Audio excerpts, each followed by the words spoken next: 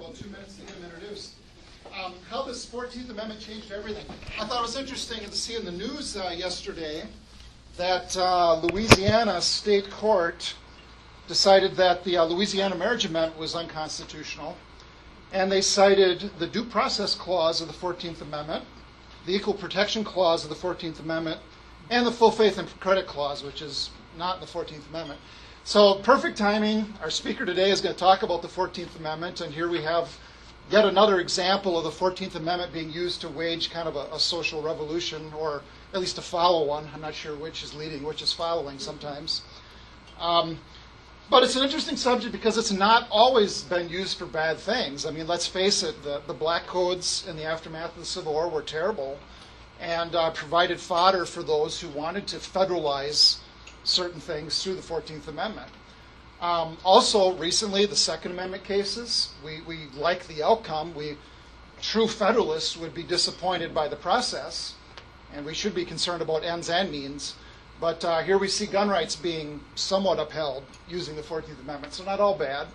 The guys who opposed the Kelo decision, which was quite shocking with the eminent domain seizures, though they lost that majority and there was a backlash at the state level, they were arguing against this eminent domain seizures of private land for private use.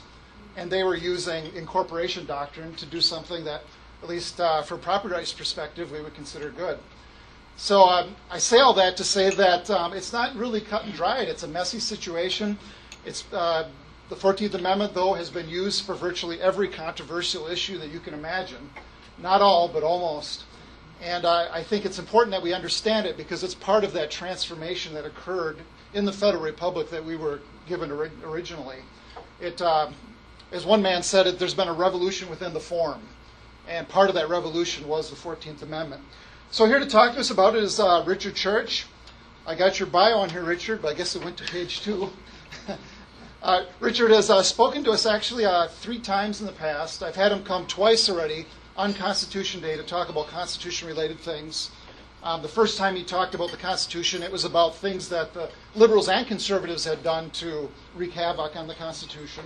Last year it was about the Commerce Clause, which is another one of those open-ended grants of power. And I wish so bad we had that talk recorded, but we're going to remedy that today when we talk about the 14th Amendment and have this recorded.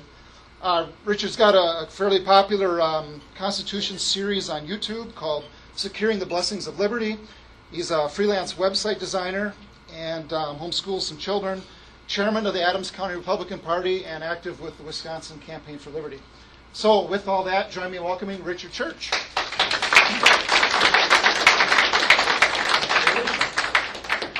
All right, thank you, and good to be with you here again today. I was trying to remember how many times I've been here before, but yeah, it's 3 times, so today's the fourth time I've spoken here, and good to be here. It was a beautiful drive over today. It was worth it to come over just for the drive, I think, and I got the beautiful drive back as well. But glad to be here and to talk to you about issues of the Constitution. Do I need to do something with the microphone? I'm getting a buzz here from somewhere. So, okay. When I turn certain directions, I hear a buzz.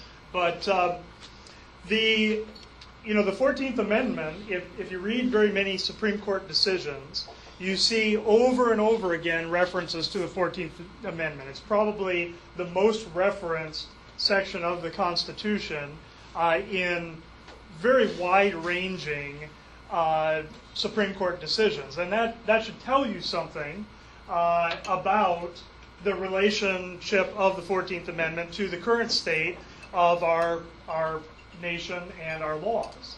The 14th Amendment, I gave the title today, How the 14th Amendment Changed Everything, because realize that the 14th Amendment, which was ratified just after the Civil War, really changed the character of our federal republic from what it had been previous to that.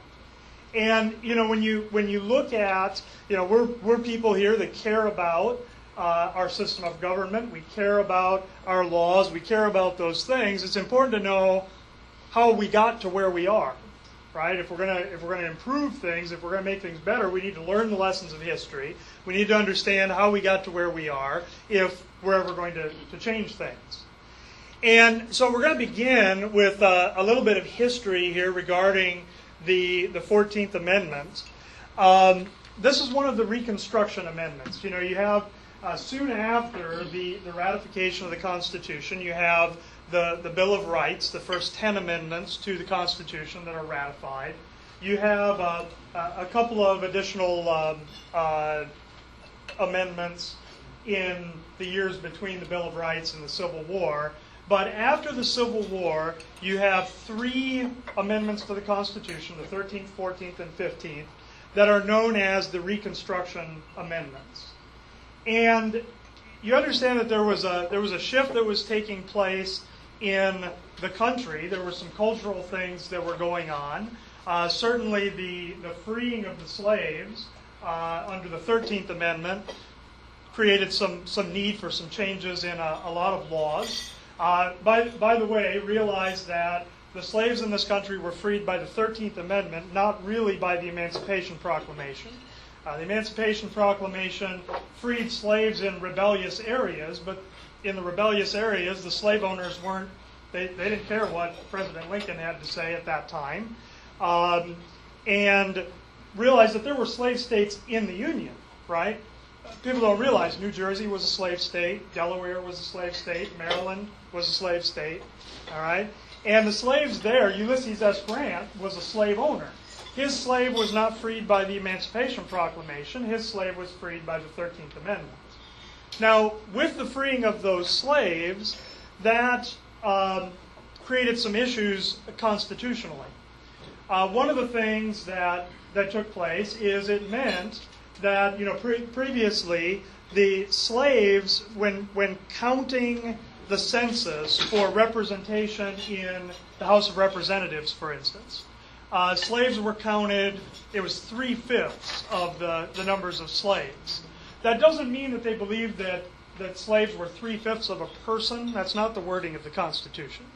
What that was to do was it was to limit the power of the southern states in Congress. When people, you know, give that 3/5 compromise as an example of the prejudice that existed, they almost always get it wrong. It doesn't say they're 3/5 of a person. What it says is that for counting, for representation in Congress, that 3/5 of the slaves are counted.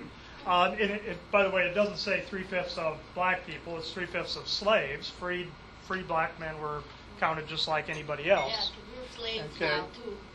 Well, yeah, you can make that argument. But anyway, with the freeing of those slaves, what it meant now, as they were looking at these southern states, renormalizing the relationship between them and the Union, it meant they were going to be entitled to much greater representation in the House of Representatives because of the way the counting would work. However, in many of those southern states, they were still not allowing the freed slaves, the freedmen, to vote or to enjoy other rights that were guaranteed under the Constitution, or at least the federal government was prohibited from violating those rights. There were, from the time that the Constitution was ratified, there were forces and there were people who wanted to have a much stronger central government than what the Constitution established. They were always looking for opportunities to strengthen that central government. There were certain things they didn't like about the Constitution in that it gave so much power to the states and very little to the central government. Realized that prior to the 14th Amendment, the federal government had very little enforcement power. Certainly they could enforce things like piracy and treason and these kinds of things, but there was very little enforcement power at the federal level, and there were people who wanted to remedy that. And even when it came to matters of the Bill of Rights, most of the enforcement or most of the protection of those rights was left to the states.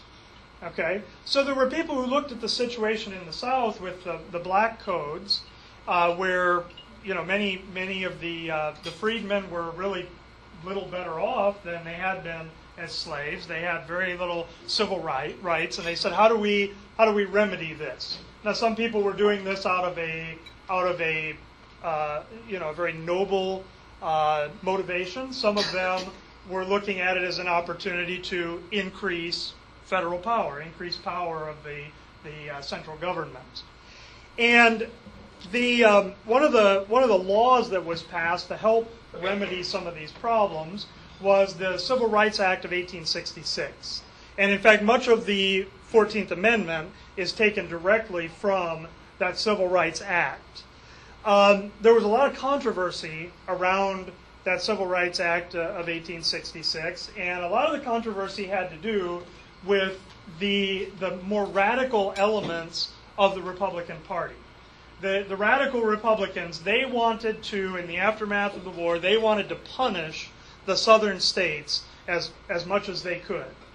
And after the assassination of Lincoln, Andrew Johnson took a much more moderate approach. You know, Johnson had been the vice president under Lincoln. He becomes the president, and he took a much more moderate approach.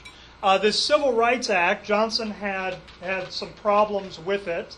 One of the problems he had with it was this was something that was going to affect mostly the southern states at a time when 11 out of 36 states had no representation in Congress.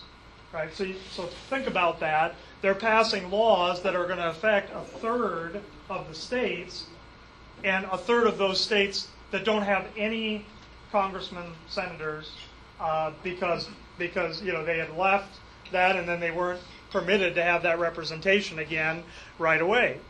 And so Johnson vetoed that Civil Rights Act. This was the first time that there was an override of a presidential veto, and the conflict there between Johnson and the Congress grew to the point that eventually Johnson was impeached. Congress sort of pushed him into taking some action, or they knew he was going to do some things. They created a situation where they felt that they could impeach him, and that was the first impeachment as well. And so just a very controversial time there with a lot of these issues, and the 14th Amendment was no less so. Now, with the Civil Rights Act, okay, so the Civil Rights Act went into law over the presidential veto, but the proponents of it realized that, you know, they were on some pretty shaky ground, because as the southern states regained their representation in the Congress, they knew that it only would take an election or two, and it could be overturned, right? It was just a law. If they pass a law, they can overturn a law, and they felt it would be more secure if they could pass much of the substance of that Civil Rights Act as a constitutional amendment, all right? Now, there was much more controversy surrounding the 14th Amendment than there was the 13th Amendment. You know, the 13th Amendment frees the slaves. That was ratified. It was not, I mean, it was controversial, but not to the degree the 14th Amendment was. But the 14th Amendment was proposed. One of the principal framers of the 14th Amendment was a man named John Bingham, and there was a committee on Reconstruction. They did most of the work in writing the amendment.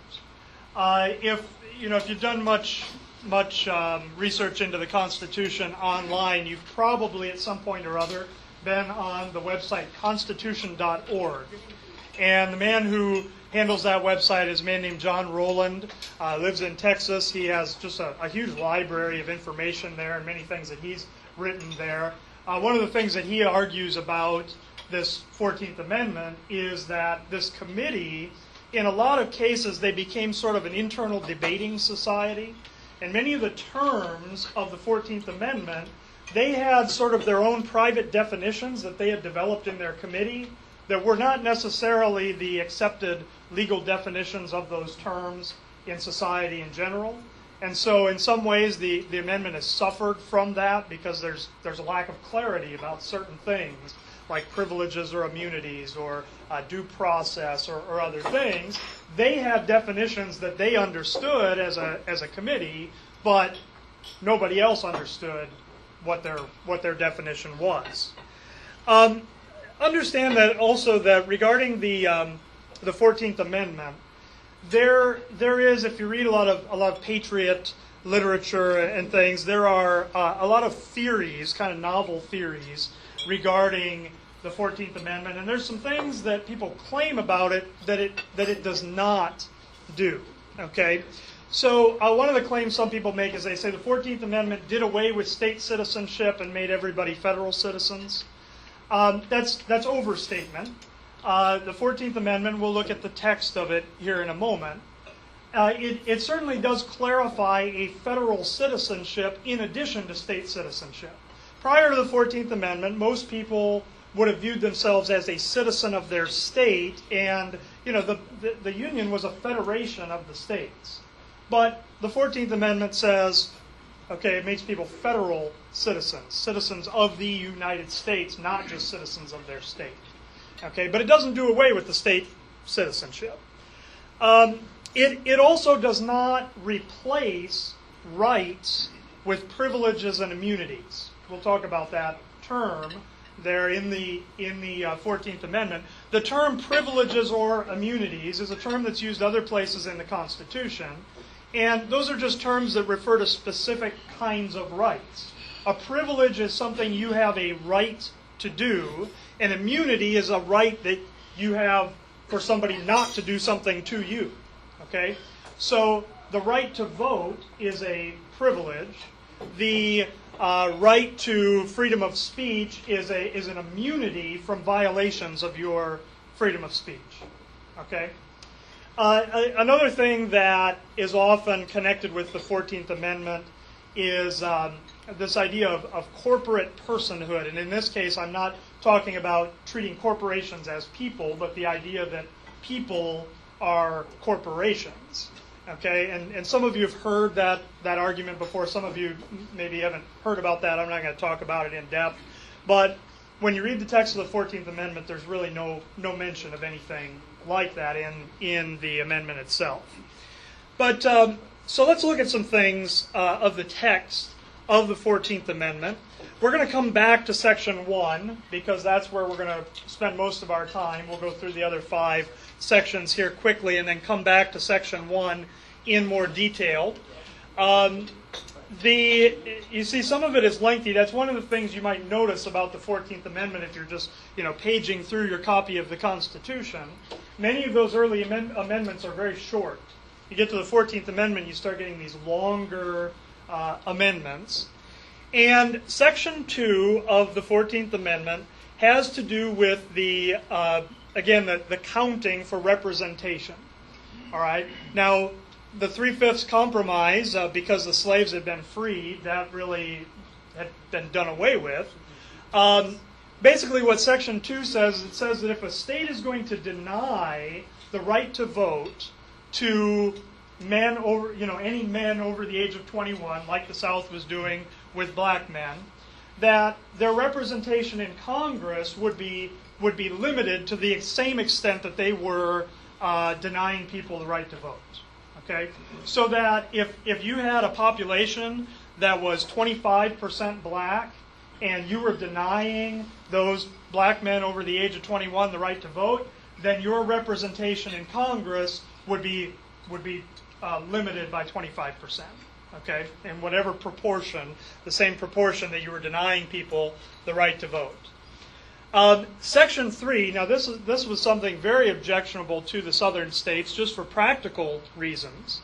It says that anybody who had taken an oath to support the Constitution of the United States, which is pretty much any government official takes an oath to support the Constitution of the United States, if they had supported the Confederacy, they could never hold any government office ever again. Now, on the one hand, maybe you can see some logic in that to say, here were people who had taken an oath to the Constitution, and then they were a part of a confederacy that tried to break away from that union and set up a new constitution. But realize the practical effect of that. The practical effect of that is that you wind up in the southern states with every government position, from dog catcher on up to representatives in Congress, that you can't put experienced people in those positions. All the experienced people are now disqualified. because if they had been involved in government for any length of time, they had taken an oath to the Constitution. If they served under the Confederacy, now they can't ever hold office again unless they get special permission from Congress by a 2/3 vote. And this is what led to the carpetbagging and things, where people were coming from the north down to the south, running for office, taking these positions, because the qualified people in the south weren't qualified anymore to hold any office. So here you had the federal government saying not only who could hold federal office, but who could hold any office, civil or military, under the United States or any state. And so now a state couldn't decide who was qualified to be a mayor in a town. The federal government was going to decide who was qualified to be mayor in that town. All right? Section 4 expresses the validity of debt that the federal government had accrued during the Civil War.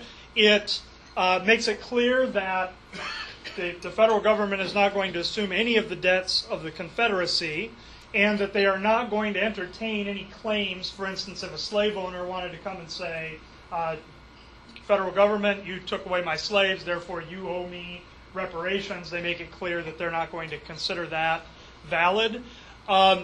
Just an odd thing, in some of the standoffs in Congress over the budget and the debt.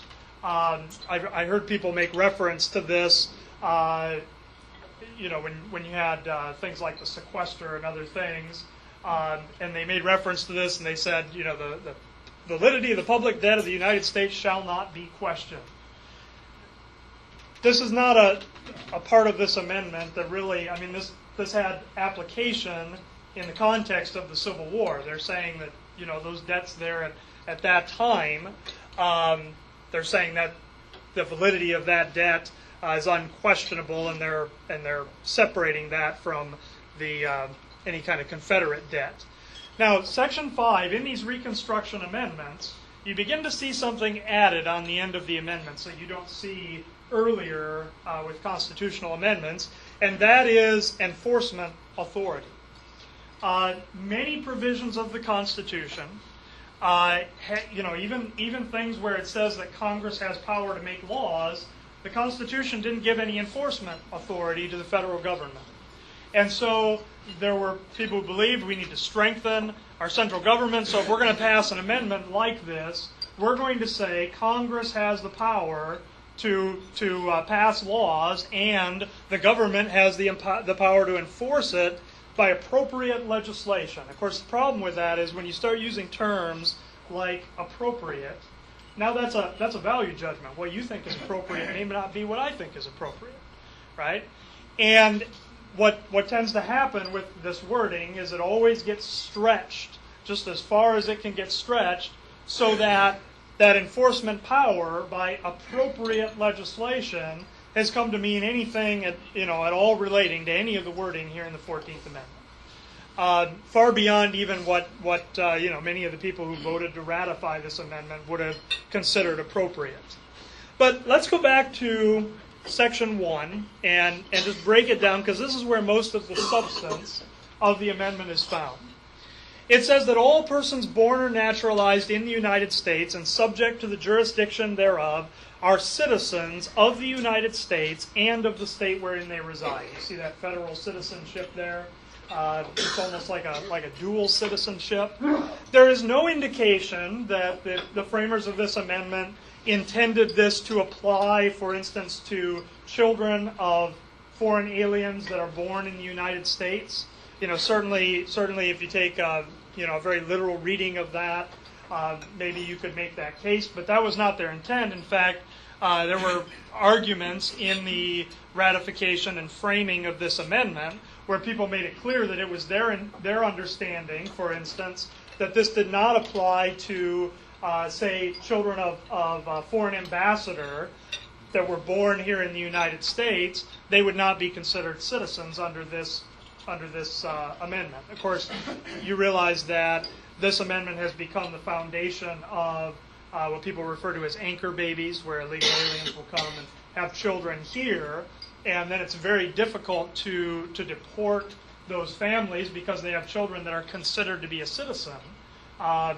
based on the wording here of this amendment. There's no indication that that was ever the intent of the amendment. The intent was those freedmen that had been born here, that had lived their lives here, that were citizens, residents of the United States, that they would be counted as citizens. That was what the intent was, not that somebody would be able to come across the border, have a child, and that child be a citizen.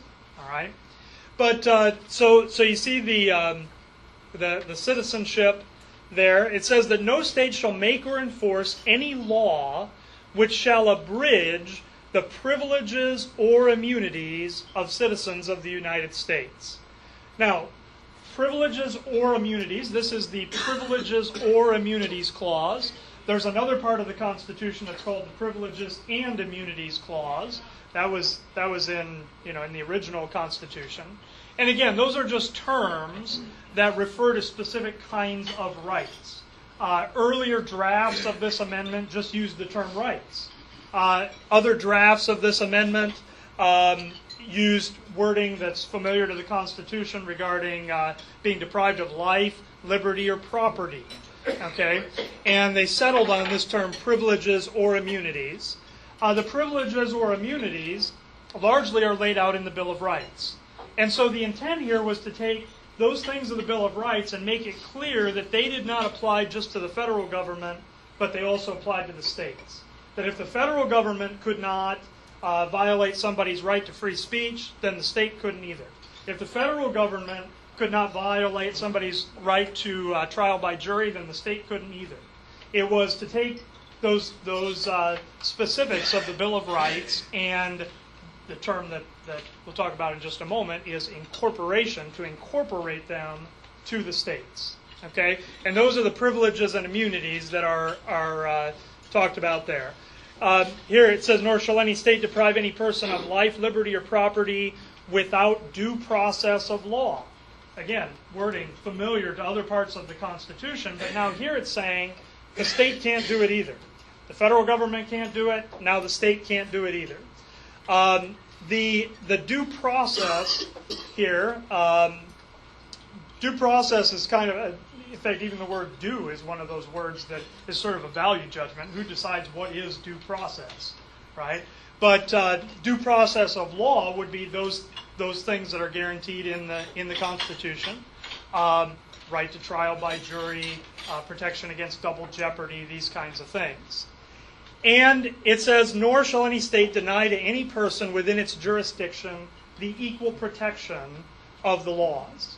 And what that is, there were, again, under the black codes, there were many places where, for instance, if I, as a white person, if I went and stole something from a black person, and he wanted to go to law to get the matter settled, he didn't have any right to go into the court and to make his case. Now, if he stole something from me, I had the right to go into court and make my case, and he couldn't even come in and make a defense. Okay? And so there were people that were being denied the equal protection of the laws. They didn't have the right to come and bring a case in the courts. They didn't have the right to hear their case or have their case heard or present a defense or those kinds of things. This amendment says the states can't do that anymore. They can't deny people the equal protection of the laws. Now, as you can imagine, ratification was a very messy affair with this amendment. In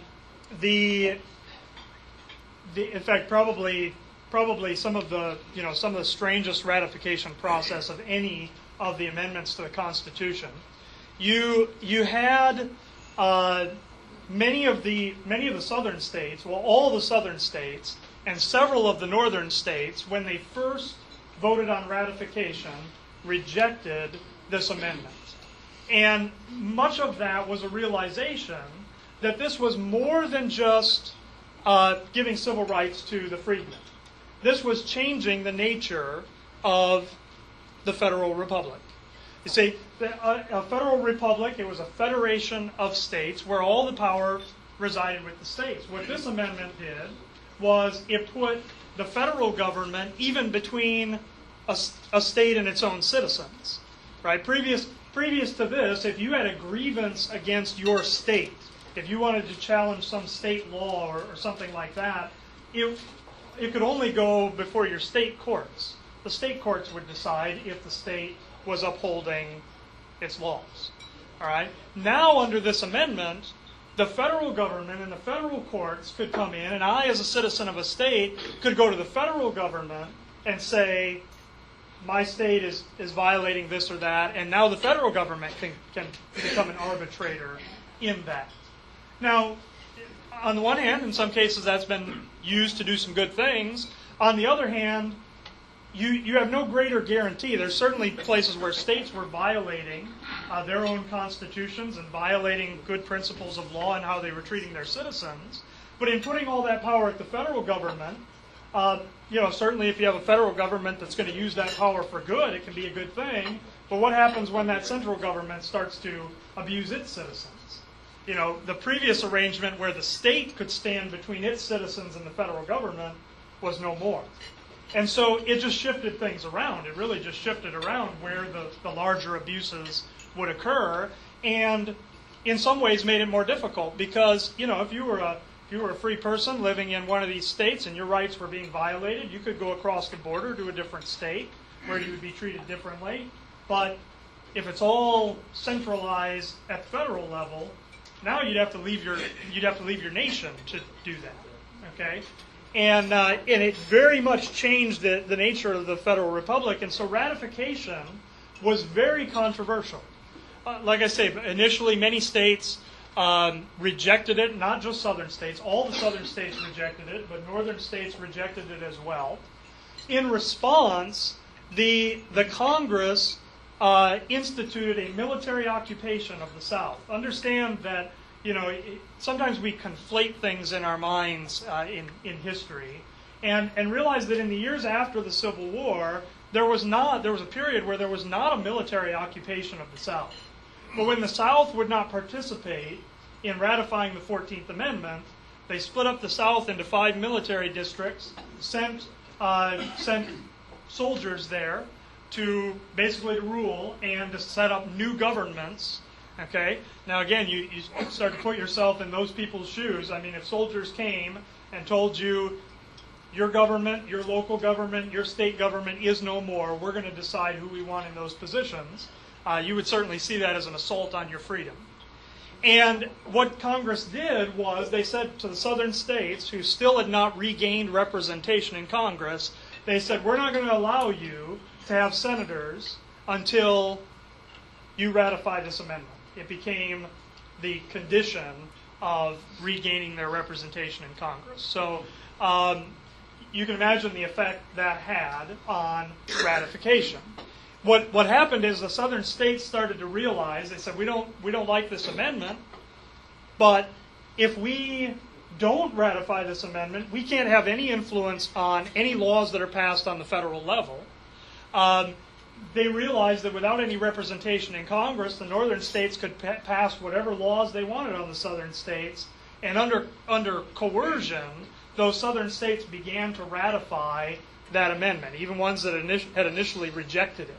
Now, at the same time, some of the northern states that had initially ratified it, New Jersey and Ohio, they rescinded their ratification. They said, we thought this was a good idea, but not under these conditions, not with the way that these southern states are being treated, and they rescinded their ratification. Here's a map that shows the blue northern states here are the states that initially ratified it with really no controversy.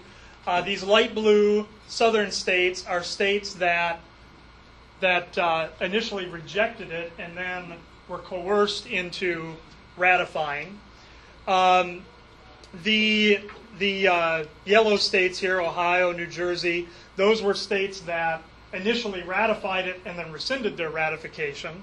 The purple states ratified after the required number, after it had already become part of the Constitution.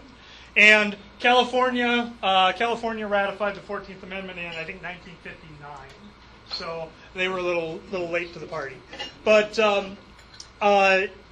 it was, in many of these areas, it was just seen by a lot of people as just kind of legal chaos. I mean, they're being being forced by military occupation to ratify a law that they do not support.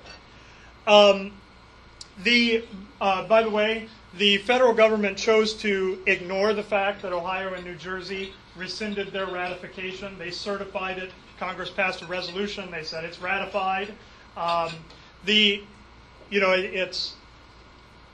treated these states that changed their minds. They treated that only in one way.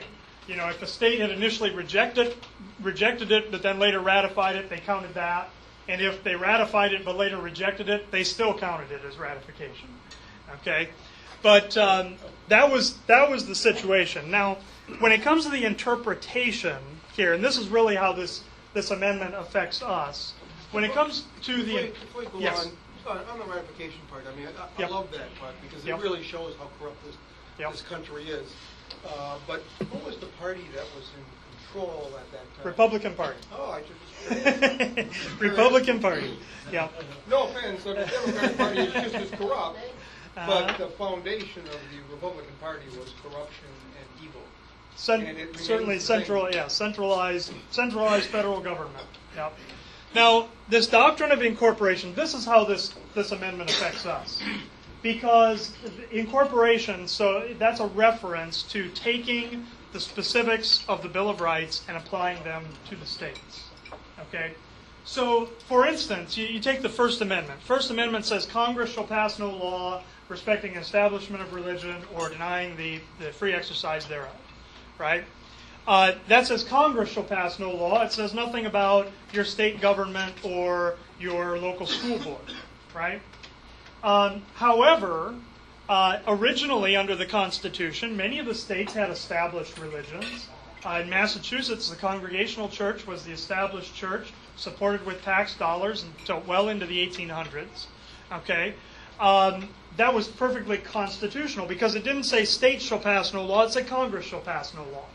There's an example where that First Amendment, through incorporation, has been applied to the states, and the courts say, local school board, you can't, in some cases, have even disallowed prayers in Jesus' name before a school board meeting because that's the establishment of religion. Far beyond the intent of what the framers of the Constitution had and probably even beyond the intent of many of the framers of the 14th Amendment. But that's the doctrine of incorporation.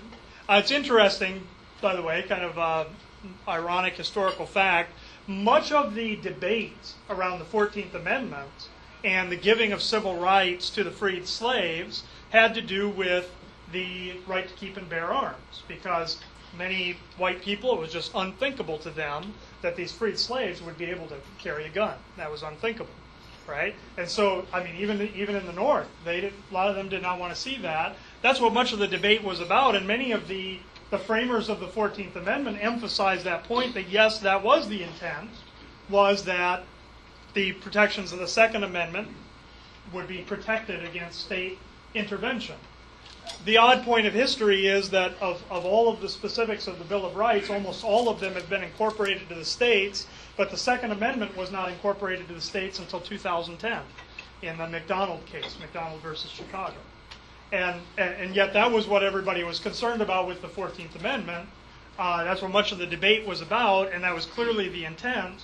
It wasn't incorporated to the states until just recently. There have been several views of incorporation. One of the dissenting views, it hasn't been the prevailing view, but the view of Justice Hugo Black was that the 14th Amendment totally incorporated all of the Bill of Rights, or at least the first 8 amendments. The 9th and 10th don't really have to be incorporated. But Black's view was that it incorporated all of the details of the Bill of Rights to the states. Total incorporation. That was Black's view. That has not been the prevailing view. Instead, what's usually happened with the court is, first of all, the court has decided cases very narrowly. They don't want to make blanket statements about the incorporation of the Bill of Rights, and so they'll incorporate one little piece of the Bill of Rights in this case, one little piece in that case, one little piece in that case, and in some cases they've said, certain parts of the Bill of Rights are not incorporated at all. The prevailing view has been the view of Justice Felix Frankfurter, which is that incorporation is based in the due process clause of the 14th Amendment, and that only things related to due process are incorporated into the states. So things like Miranda rights. Okay, that's something that has been, the Miranda case was about informing somebody that they have the right not to incriminate themselves, right?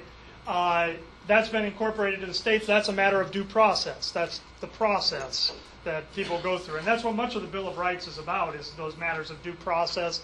Things like warrants, searches and seizures, these kinds of things.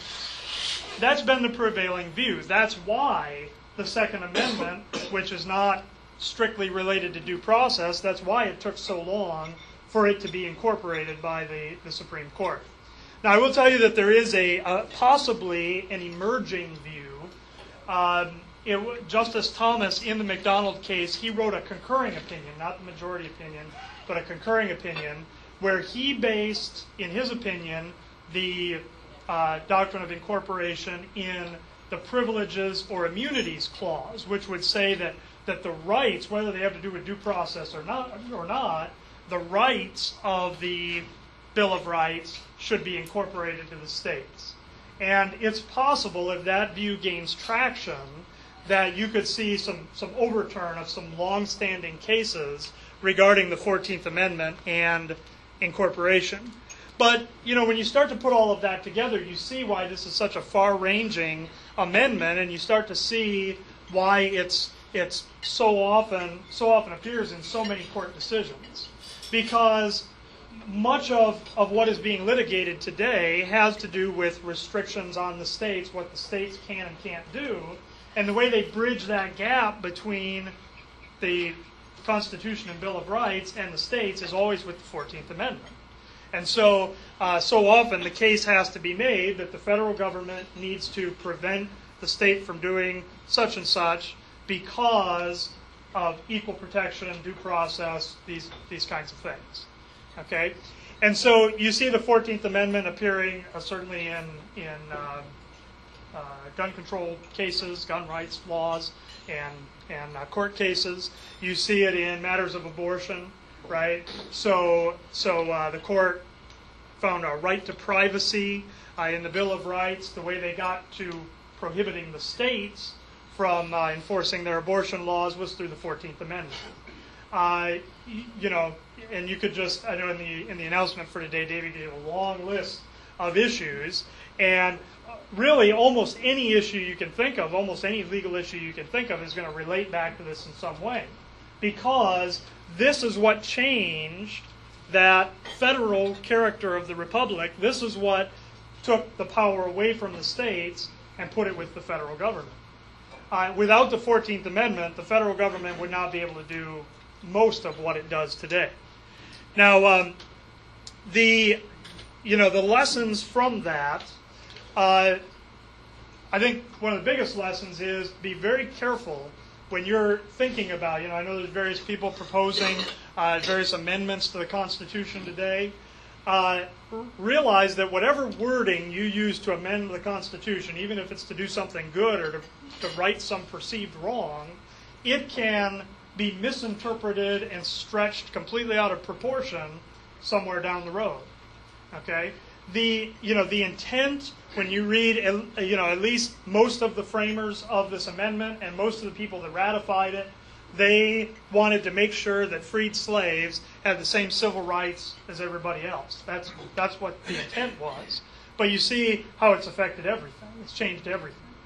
And through interpretation, through its use by the courts. Okay, so it's partially a cautionary tale. Be careful about what you support when it comes to amending the Constitution. Be careful that there's no possible way that wording of some proposed amendment can be used to actually expand government power rather than restrict it. Okay? And as far as the solution to this, the 14th Amendment is not going away. Probably nor should it. Again, there have been abuses of interpretation, but really the intent of the 14th Amendment was by and large a good thing.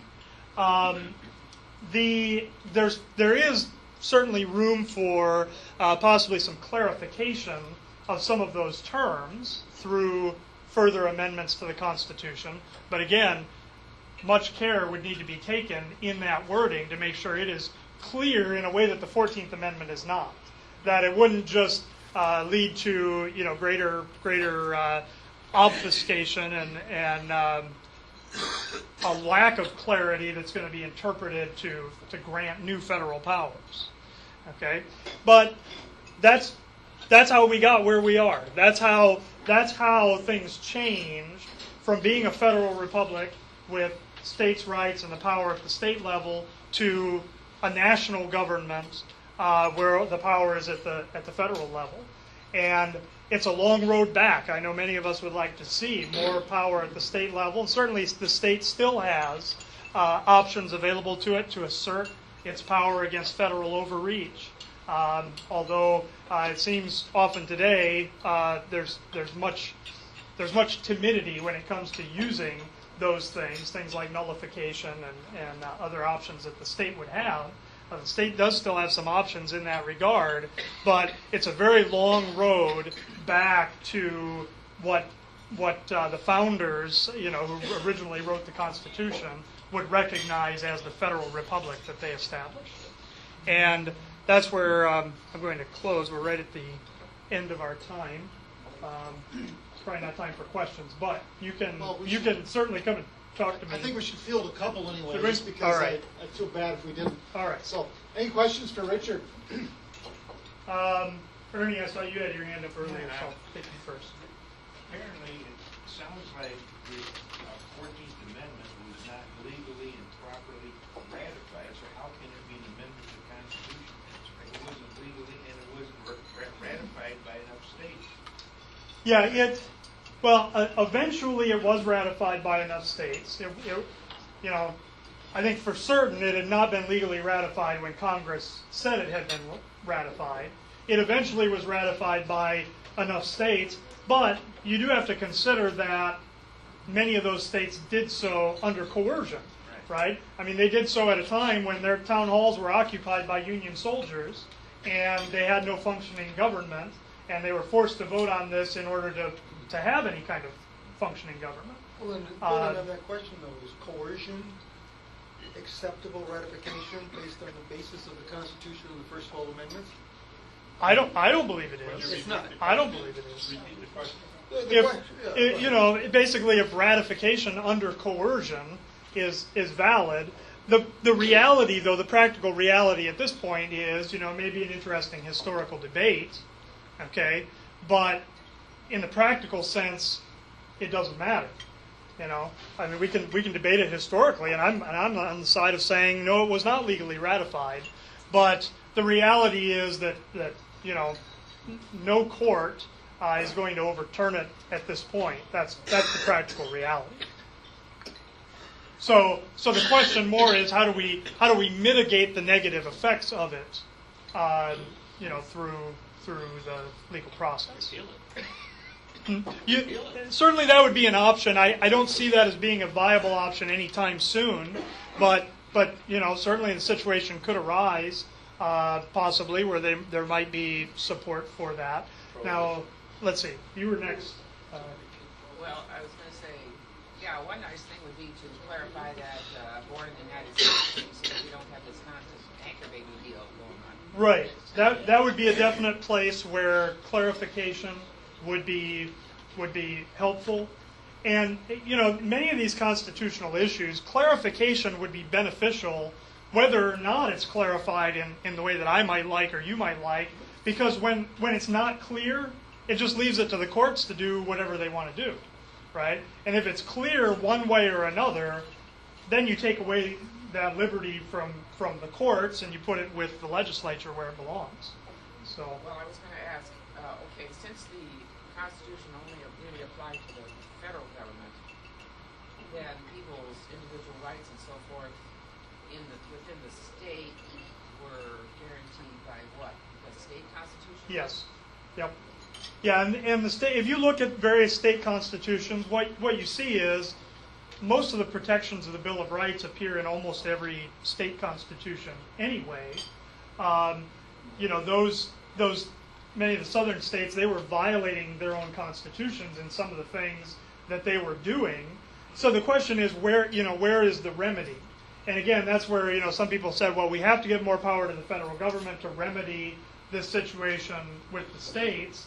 I think probably men like Madison and Jefferson, their remedy is what you find in the Declaration of Independence, where if a government is violating the rights of its citizens, it's their job to rise up and change that government one way or another, right? And that's what we did with regard to the Crown in the War for Independence.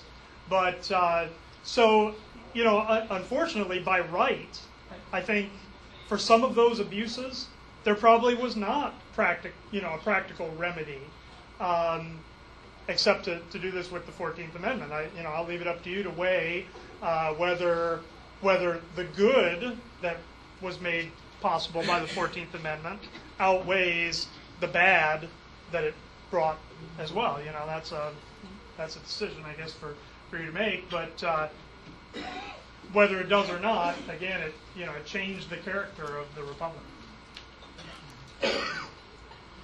One more. One thing you're thinking about, like after the Second World War, the United States treated Japan much better than what the South actually really got treated after the Civil War. I am shocked. I never even realized this. Now, today I learned a lot. Good. All right. Thank you, Richard. Thank you.